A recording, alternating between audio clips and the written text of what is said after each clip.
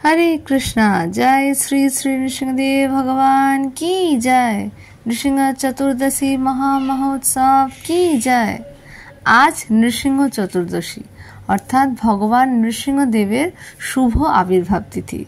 भगवान नृसिंहदेव आजकेर এই चतुर्दशी तिथिते आविर्भूत হয়েছিলেন গোধূলি লগ্নে তার ভক্ত প্রহ্লাদ মহারাজকে রক্ষা করার জন্য। ভগবান মূলত দুটি কারণে আবির্ভূত হন, বিনাশায় চ দুষ্কৃতাম পরিত্রাণায় সাধুনাম, তার দুষ্কৃতকারীদের নাশ এবং ভক্তদের রক্ষা করার জন্য। আজকে আমরা 108টি তুলসী নৃসিংহদেবের 108টি নাম উচ্চারণ করে ভগবানকে নিবেদন করেছিলাম।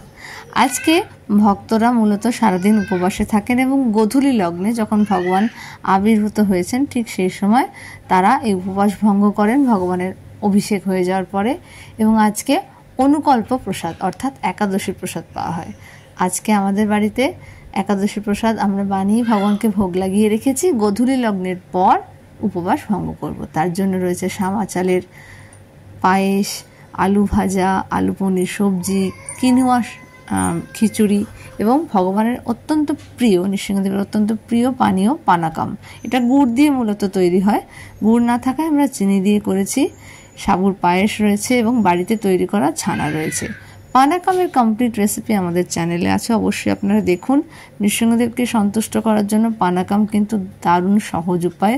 অবশ্যই বানিয়ে নৃসিংহদেবকে এটা অফারিং করুন এবং খুব সুন্দর করে নৃসিংহ চতুর্দশী আপনারা নিজ নিজ গৃহে বা নিকটস্থ মন্দিরে গিয়ে পালন করুন। নৃসিংহদেব হচ্ছেন ভক্তি বিঘ্ন বিনাশন। তিনি আমাদের ভক্তি জীবনের সমস্ত বিঘ্নকে বিনাশ করার ক্ষমতা রাখেন।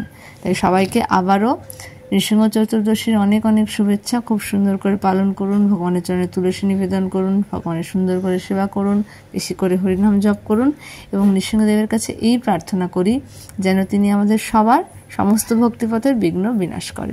ভগবান যে ভগবদ্গীতায় বলেছেন, নমে ভক্তা প্রণশ্যতি, আমার ভক্তের কখনো বিনাশ হয় না। ভগবান তার ভক্তকে কখনো হারতে দেন না। তাই ভগবান থাম থেকে আবির্ভূত হয়ে এটা প্রমাণ করলেন।